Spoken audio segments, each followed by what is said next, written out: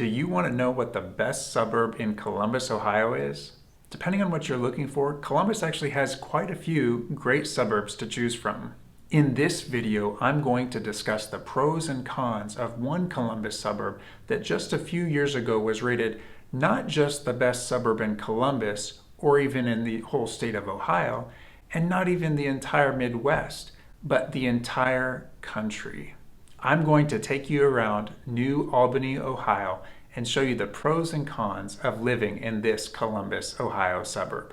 Hey everyone, my name is David DeLuey, and I'm a licensed real estate agent here in Columbus, Ohio. If you want to know everything about living in Columbus, Ohio, moving to Columbus, Ohio, or relocating to Columbus, Ohio, make sure to subscribe and tap the bell so that you can be the first to know what is happening right now in the Columbus, Ohio real estate market. If you don't know anything about New Albany, Ohio, it's on the northeast side of Columbus, Ohio, and it only has about 11,000 residents. You can get to it from I-270 on the northeast side of Columbus, and then take State Route 161 east towards New Albany. That leads me to pro number one, location. New Albany's location lets you get around Columbus pretty easily on Interstate 270, with downtown Columbus and also the Columbus Airport less than 20 minutes away. One of Columbus's most popular shopping areas, Easton, is only about 15 minutes away from New Albany. And if Easton doesn't have what you need, New Albany is still less than 20 minutes away from another top Columbus area mall, Polaris Fashion Place. New Albany is also home to great golf courses and is getting more new developments with retail and restaurants as the area grows. Pro number two is that New Albany has a great school district, with their district getting an A rating on niche.com. That makes the New Albany School District right up there with the best of the school districts in the Columbus, Ohio area. Pro number three is that New Albany is very business friendly.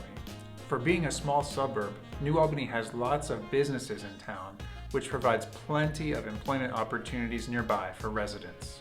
Some notable employers in New Albany are Google, Facebook, and Amazon, with corporate offices for Abercrombie & Fitch, Big Lots, Lower.com, Bob Evans Restaurants, and many more.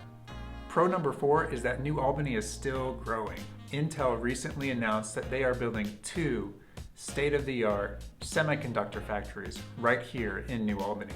Not only will there be thousands of construction jobs in order to build this project, but Intel estimates that there will also be an additional 3,000 full-time Intel employees, averaging a salary of at least $100,000 per year. This all means that the demand for housing in New Albany should continue to increase as builders work to build new neighborhoods in the area to support this increased demand for housing. Now let's talk about the cons of New Albany. Con number one, related to my last pro, is with Intel coming, we don't really know how that could impact the area. Is traffic going to get bad? Are schools going to get crowded? Will property values become even more unaffordable? The truth is, we don't really know what New Albany will look like in 5 or 10 years from now. People are calling the area the Silicon Heartland instead of Silicon Valley, like the area near San Francisco. Hopefully, the growth that comes from Intel building its semiconductor factories here won't negatively impact the area. Con number two is that New Albany is the least affordable suburb in the Columbus, Ohio area for house prices.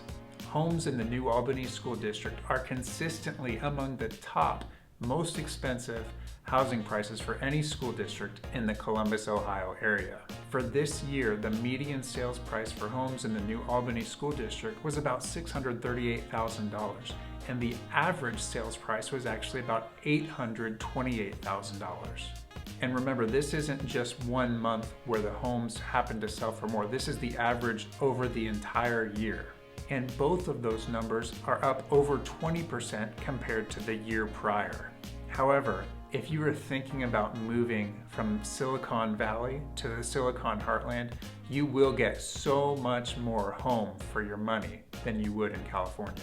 The median price per square foot in New Albany is only about $220 per square foot, compared to over $1,000 per square foot, pretty much minimum, sometimes up to $2,000 per square foot in Silicon Valley.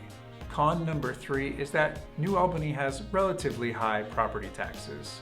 Your annual property tax bill might be around 2% of your property's value. So not only are you paying a lot for your home, but you're also paying a lot in property taxes. If you're moving from an area where property taxes are 1% or even half of a percent, this might give you a little bit of sticker shock. However, if you're moving from an area like Silicon Valley, where the property taxes are still 1 or 2% on your $1 to $2 or $3 million home, these prices are obviously going to be a little bit lower. So again, it's all relative to where you're moving from and what you are used to in regards to your property taxes and home values. If you have any questions about New Albany or living in Columbus, Ohio, please feel free to reach out to me via phone, text, or email. Whether you want to look at a home today or in a few months, I'd be happy to help make your move to Columbus, Ohio as stress-free as possible. Until next time, I hope to see you around.